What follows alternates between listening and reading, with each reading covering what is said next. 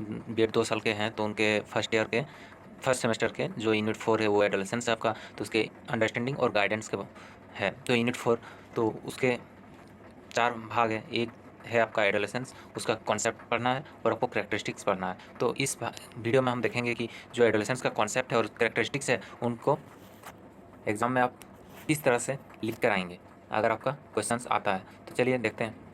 जो फर्स्ट में आपको लिखना है कि किशोरावस्था, तो इसके जो कैरेक्टरिस्टिक्स है, इंट्रोडक्शन, भूमिका। तो मानव जीवन के विकास की प्रक्रिया में किशोरावस्था का महत्वपूर्ण स्थान है। यानी कि जो किशोरावस्था, बाल्यावस्था, ये जो अवस्थाएं हैं मानव जीवन के, इनके एडोलेसेंस एक अवस्था को, यानी कि उनके जीवन काल के एक भाग को किशोरावस्था कहा गया है। तो उसको किस आयु के भाग को किशोरावस्था के अंतर्गत लाया गया है, तो उसको पहले वर्णन करेंगे। तो मानव जीवन के विकास की प्रक्रिया में किशोरावस्था का महत्वपूर्ण स्थान है। यानी कि ये जो किशोरावस्था है ये किसके लिए महत्वपूर्ण है? विकास के लिए। यानी कि किशोरावस्था में आपका क्या होता है? तो विकास होता है। किसमें? ह्यूमन, यानी कि मानव के शरीर का विकास होता है। यहीं से आपको आकलन हो गया होगा कि किस विषय पे आपको एडोलेसेंस में पढ़ना है। बाल्यावस्था समाप्त होती है, यानी कि ये जो एडोलेसेंस शुरुआत होता है वो उससे पहले कौन सा अवस्था आता है? यानी कि बाल्यावस्था आता है। तभी तो बाल्यावस्था समाप्त होता है और किशोरावस्था शुरू होती है। किशोरावस्था युवावस्था अथवा परिपक्वता तक रहती है। यानी कि ये युवावस्था, इसके बाद युवावस्था आता है और वही परिपक्वता, यानी कि जब आप परिपक्व हो जाते हैं उससे पहले किशोरावस्था आता है। यह सतत प्रक्रिया है। इसे बाल्यावस्था एवं प्रौढ़ावस्था के मध्य का संधि काल कहते हैं। तो इससे पहले क्या है? बाल्यावस्था था, उसके बाद प्रौढ़ावस्था। तो इन दोनों के अवस्था के बीच के काल को क्या बोलते हैं? किशोरावस्था। इस अवस्था के समस्या होती है कि बालक स्वयं को बड़ा समझता है और बड़े उसे छोटे समझता है। यानी कि ये जो जीवन अवस्था है किशोरावस्था, इसमें जो आप किशोरावस्था से बड़े व्यक्ति होंगे वो इनको छोटा समझेंगे और जो किशोरावस्था स्वयं है वो स्वयं अपने आप को बालक समझेंगे।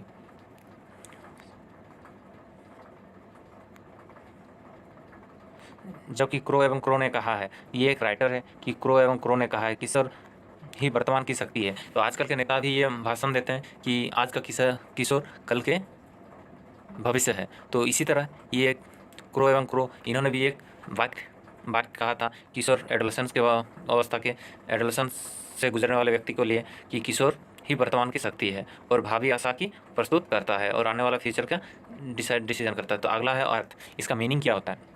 तो ये समझते हैं। किशोरावस्था को अंग्रेजी भाषा में एडोलेसेंस शब्द का प्रयोग किया गया है। जो किशोरावस्था, इसमें इस अंग्रेजी भाषा में एडोलेसेंस शब्द का प्रयोग किया है। ये यानी कि इसको इंग्लिश में क्या कहते हैं? एडोलेसेंस कहते हैं। इस शब्द का उत्पत्ति लैटिन भाषा के शब्द एडोलेसेंस से बना है। तो ये जो एडोलेसेंस है ये लैटिन भाषा से लिया गया है, जिसका अर्थ है वृद्धि होना। इसका टू ग्रो, एडोलेसेंस का मतलब ही होता है कि बढ़ना, जिसका इस अर्थ में किशोरावस्था को अत्यधिक वृद्धि और विकास की अवस्था समझा और जाना जाता है। कि यानी कि ये जो किशोरावस्था होता है ये मानव के सबसे महत्वपूर्ण काल है और इसी काल में उनके मानसिक और शारीरिक दोनों का वृद्धि होता है। किशोरावस्था विकास की अवस्था है। इस अवस्था 12 से 18 वर्ष तक होता है। ये आपको आयु जो है इनको याद रखना है, कितना वर्ष से कितना तक होता है? तो ये 12 से लेकर 18 वर्ष तक होता है। किशोरावस्था में प्रारंभ के कुछ वर्षों में लंबे बढ़ते हैं, यानी कि उनके शारीरिक लंबाई में वृद्धि होता है। बाद में भार बढ़ता है और अंत में जाकर उसका वेट बढ़ने लगता है।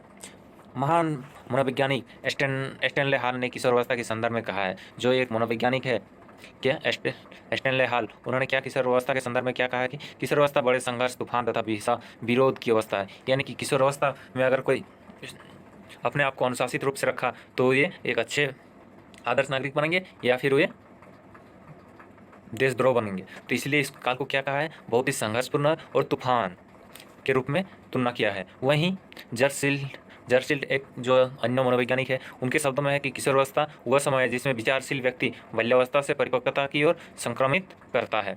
उन्होंने कहा कि जो विचारशील व्यक्ति है वो बाल्यावस्था से परिपक्वता, यानी कि उनके मन में जो फ्लैक्चुएट होता था डिसीजन लेने में, वो परिपक्वता होने, अब डिसीजन लेने में वो सक्षम होते हैं, इसकी ओर अग्रसर होते हैं। तो ये लिखना है मीनिंग में। सबसे पहले आपको क्या लिखना है? भूमिका, इंट्रोडक्शन लिखना है। दूसरे में आपको अर्थ यानी कि मीनिंग लिखना है, ये एडोलेसेंस होता क्या उनके बारे में। अगला है उनके विशेषताएं, कैरेक्टरिस्टिक। आज भाग 1 को क्लियर करेंगे।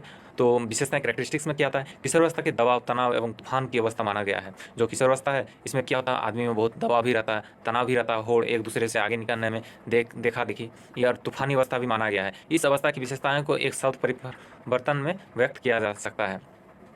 क्या है कि इसके विशेषताओं को परिवर्तन शब्द, यानी कि इसमें क्या होता है? परिवर्तन होता है। किशोरावस्था में क्या होता है? परिवर्तन होता है। तो इस शब्द में इसको तुलना किया गया। तो इसमें एक नंबर में क्या आता है? शारीरिक विकास। चलिए अब देखते हैं शारीरिक विकास में आपको क्या क्या लिखना है।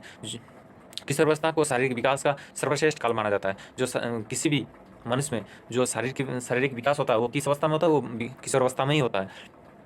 उस काल में किशोर के शरीर में अनेक महत्वपूर्ण परिवर्तन होते हैं। जो किशोर किशोरियाँ होते हैं उनके शरीर में अनेक परिवर्तन आते हैं। इस शारीरिक परिवर्तन के 2 भाग हैं। ये जो शारीरिक परिवर्तन है इसको फिर 2 भाग में बांटा गया, निम्न प्रकार से विभाजित किया जा सकता है। एक आंतरिक विकास और बाह्य विकास। जो आंतरिक विकास में चलिए क्या क्या विकसित होता है और बाह्य विकास में क्या क्या विकसित होता है। बाह्य विकास यानी कि आपको दिखेगा कि ये विकसित हो रहा है, और आंतरिक विकास में आपको दिखेगा नहीं कि क्या क्या विकसित हो रहा है। हालांकि वो आजकल रिसर्च के अनुसार वो पता कर लिया गया है। तो आंतरिक विकास में क्या क्या आंतरिक अंग जैसे क्या, तो मस्तिष्क, हृदय, श्वास, पाचन क्रिया, स्नायु, संस्थान संस्थान आदि का पूर्ण विकास होता है। ये सब जो अंग है, हृदय, श्वास, पाचन तंत्र क्रिया, ये सब मजबूत होते हैं और साथ ही साथ सोचने समझने की क्षमता में भी वृद्धि होती है। अगला है आपका बाह्य विकास। बाह्य विकास में क्या, शरीर के विभिन्न अंग जैसे बगल या छाती, दाढ़ी, गुप्तांग आदि में बाल निकलने लगते हैं। यानी कि आपका दाढ़ी निकलेगा, कांख में आपका बाल निकलेगा। इन सब में क्या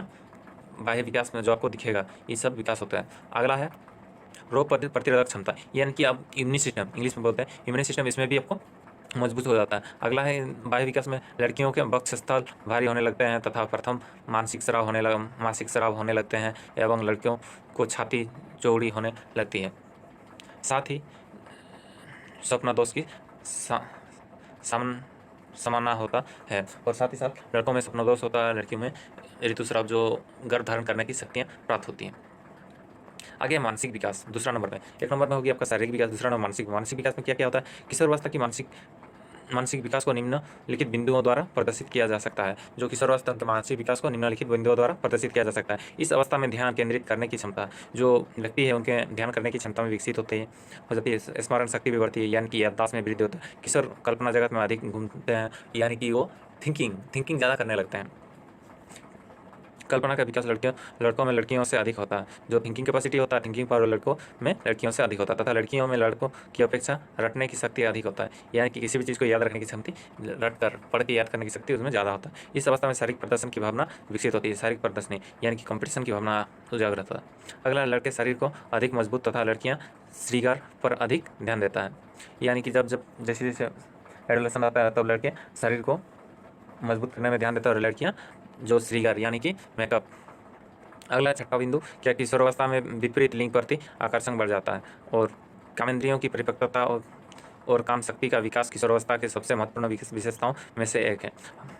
तो अगला 7वां बिंदु, तर्क शक्ति बढ़ जाती है, यानी कि वाद विवाद करने में सक्षम होते हैं तथा अनेक नई रुचियाँ भी पैदा हो जाती है और नई नई विचारधाराएँ उत्पत्ति होती है। इस अवस्था में हास्य कहानी, कविताएँ, रोमांस, प्रेम कहानी व सेक्स साहित्य में रुचि उत्पन्न हो जाती है, यानी कि आपको सेक्स की ओर रुझान होने लगता है। अगला है तीसरा नंबर, सामाजिक विकास। तो सामाजिक विकास में आपको क्या लिखना है, सामाजिक विकास की दृष्टि से किशोर की रुचि परिवार से हटकर बाह्य दुनिया की तरफ मुड़ जाती है। सामाजिक विकास में क्या होगा, आपका मन घर में नहीं लग बैठता है, आपको बाहर में घूमने फिरने के, दोस्ती यारी करने में मन करता है। अगला आपका कहीं पिकनिक जाने में, टूर जाने में ज़्यादा पसंद होता है। अगला, माता पिता और गुरुजनों के सलाह में उससे अपनी आलोचना की दिखाई देती है। जो आपको सजेस्ट करेंगे तो उसमें आपको बुरा लगने लगेगा, यही कहा गया है। इस अवस्था में किशोर अधिकांश समय घर से में बाहर ही बिताता है। जो एडोलेसेंस पीरियड होता है इसमें वो माँ बाप से दूर रहकर घर से बाहर ही रहना ज़्यादा पसंद करते हैं, दोस्ती यारी के साथ घूमकर बिताना पसंद करते हैं। अगला बिंदु है, किशोर अपने लिए आदर्श चुनता है। जो किशोर होता है वो अपना बेस्ट फ्रेंड,